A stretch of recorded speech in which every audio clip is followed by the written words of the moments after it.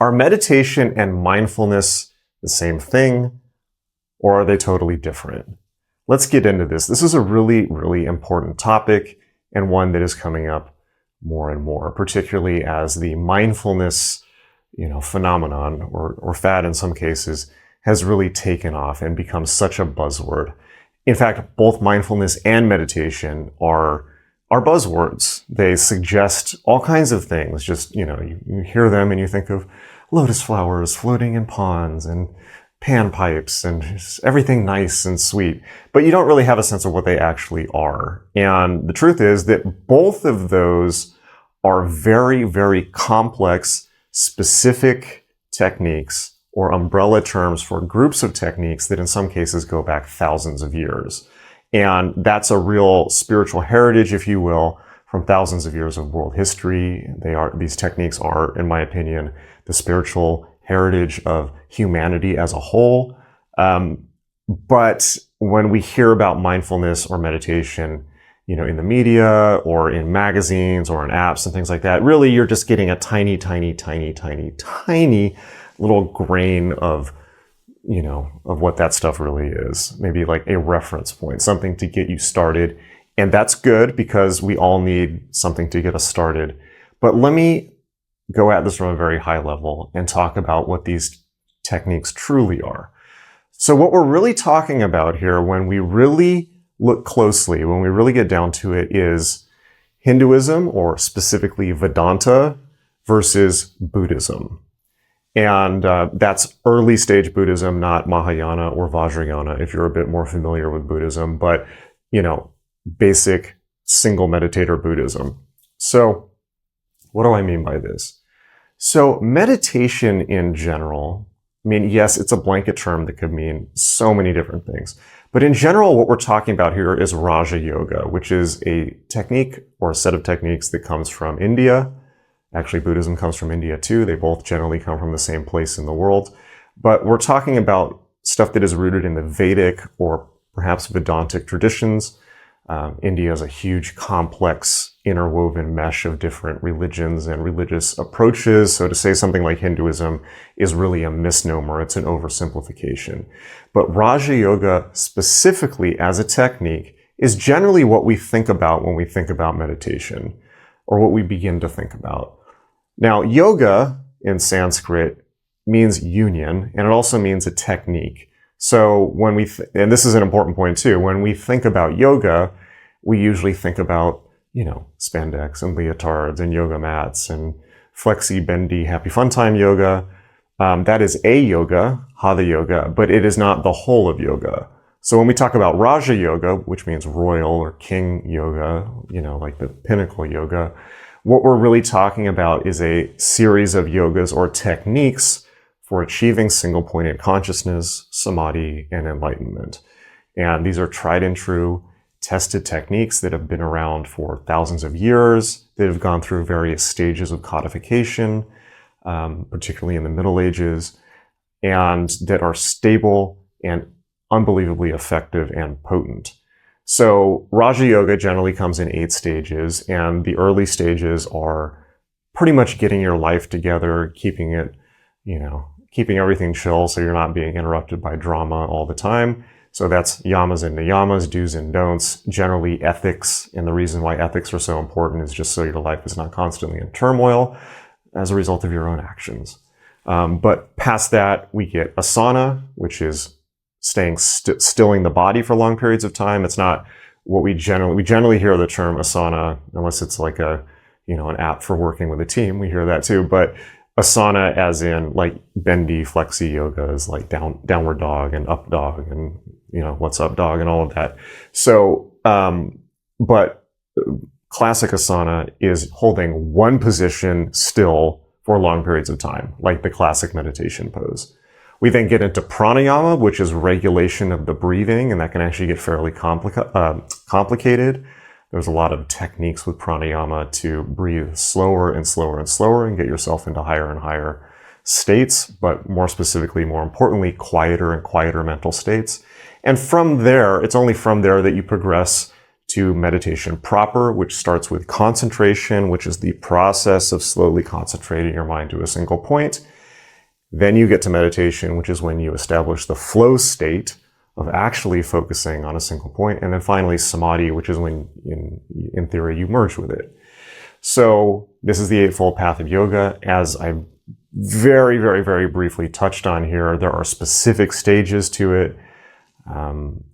Empirical stages that can be where everyone who does it pretty much gets the same results. It is a step-by-step, tried and true practice that I think is one of the greatest quote-unquote spiritual techniques on the planet.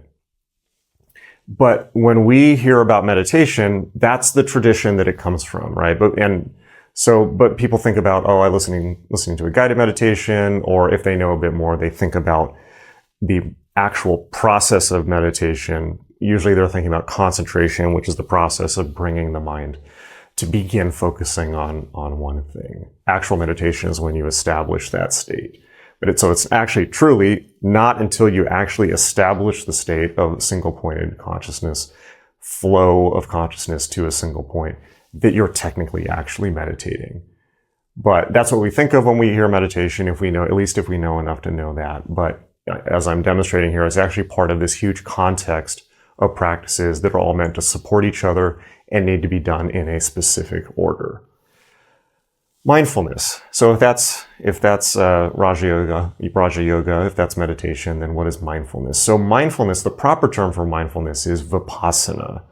This is a Pali term, and it's a different meditation technique, although it is very similar to what we just talked about. And what we talked about, by the way, is an older technique. Vipassana is, broadly speaking, focusing on the sensations of the body. It's meditating, if you will, or concentrating on the sensations that arise in the body for long periods of time. And there's a lot of theological reasons for that, actually. There's a lot of philosophical reasons, and ontological reasons and so forth. There's a lot of reasons for why that meditation technique was adopted by the Buddha, and that could be many, many, many, many videos, so I'm not going to get into that right now. But suffice to say, it is largely a technique of body awareness. So you are mindful, but what you're mindful about is your own bodily sensations, and specifically your own reactivity to outside stimulus. You become mindful of how you react physically to things in the world, whether that's craving them or having aversion towards them, wanting to go towards them or away from them. And it sounds simple, but it's actually a profound technique. It's best studied under an actual, Vipassana teacher, of which I am not, although I do teach the basics at magic.me, my school for meditation. Same with Raja Yoga. I teach both of these techniques in classes at magic.me, but I do not present myself as a guru or a master or the go-to authoritative source. So I suggest people learn these techniques, absolutely, and I'm happy to give people the basics, but I am not you're necessarily like the ultimate end-all be-all. I'm not a guru, et cetera, et cetera.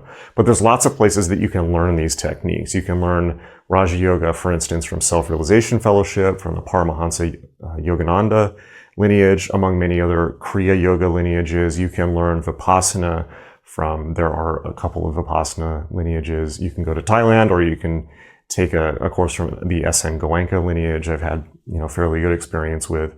I'm not a member of these groups. I'm not shilling for any of these groups. I have had good experiences with them when I've interacted with them, but I'm just pointing out that these things are out there. There are living teachers of these traditions that are sourced, back to India or back to Sri Lanka in the case of Vipassana. You don't just have to get it from a book. You don't just have to reinvent the wheel. You can get this information from living masters, from living practitioners. So again, I can get you started, but if you really want to learn these techniques, you got to go to the source.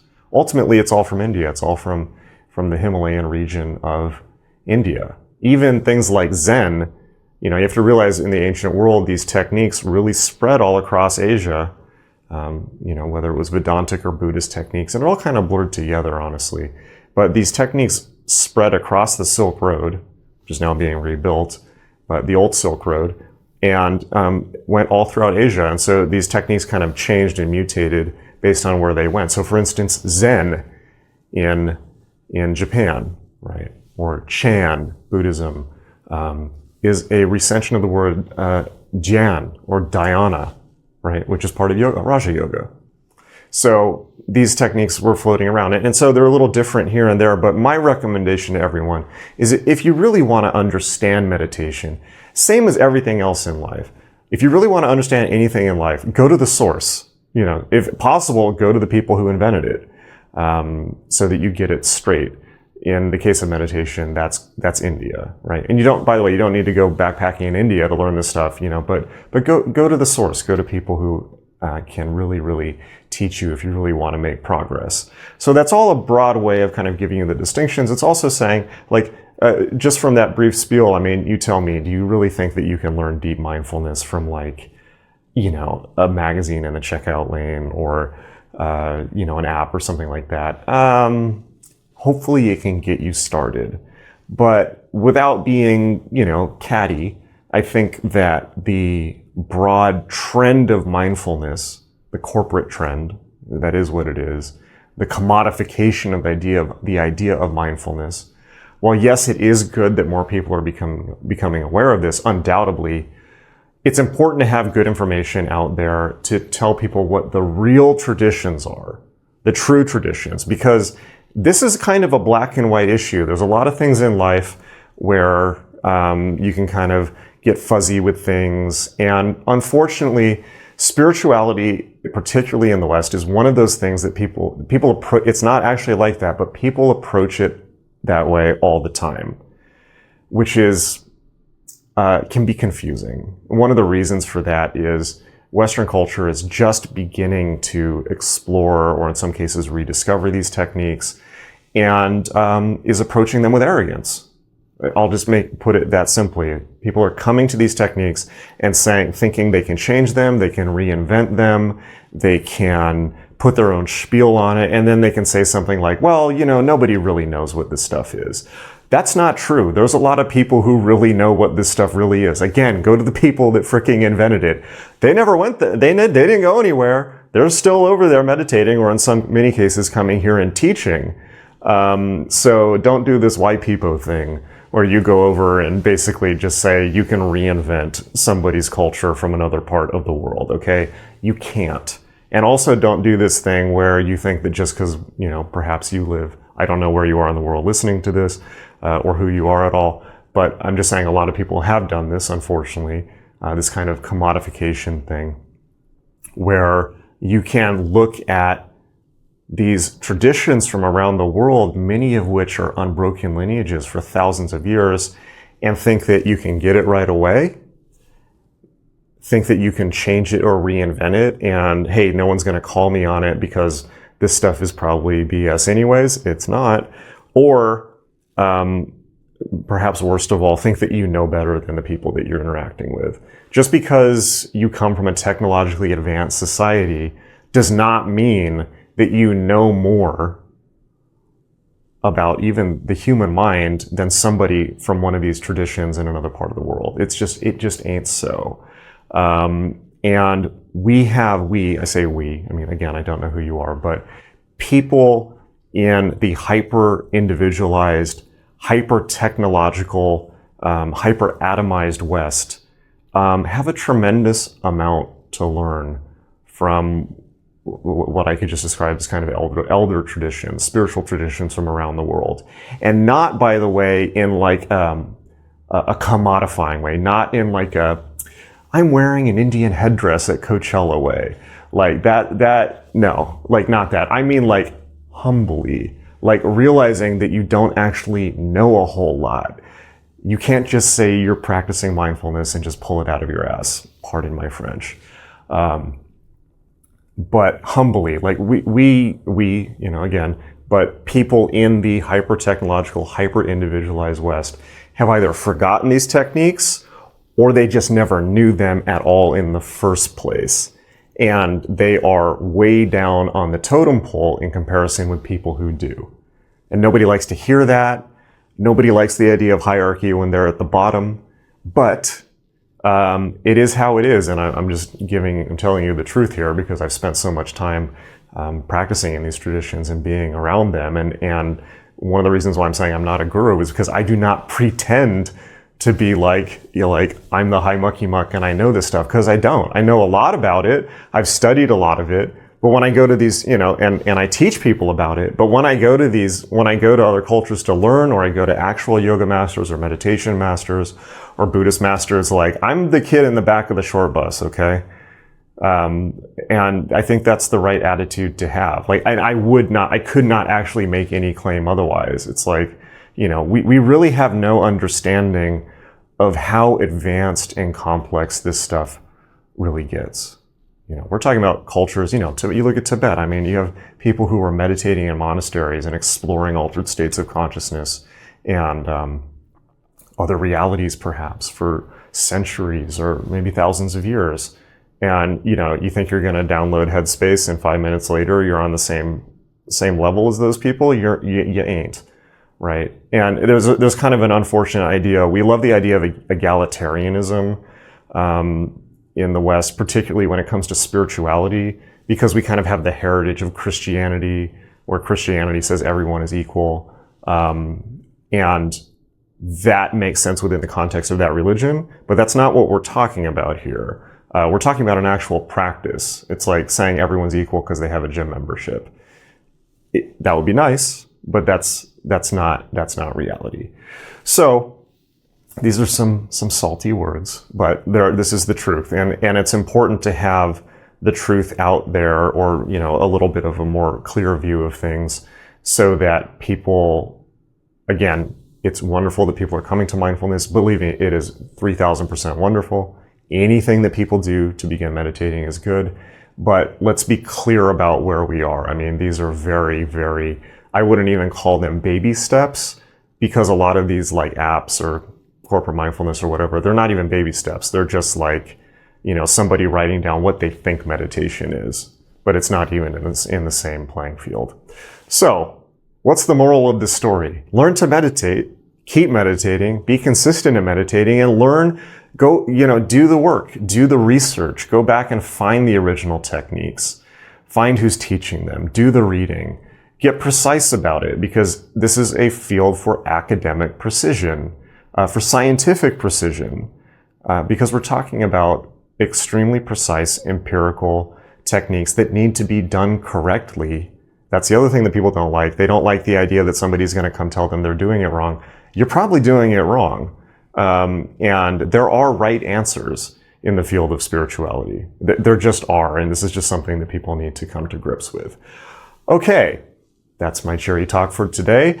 Meditate. Take it seriously. Get real with it. Again, you can learn all the basic techniques to get you started at magic.me, my school for meditation and mysticism. It's magick.me. There's more than enough there to begin, right? To get you in the same general area, right? To get you into the game. Not enough to go all the way, but enough to get you started in the right direction. So magic.me, I will see you in class.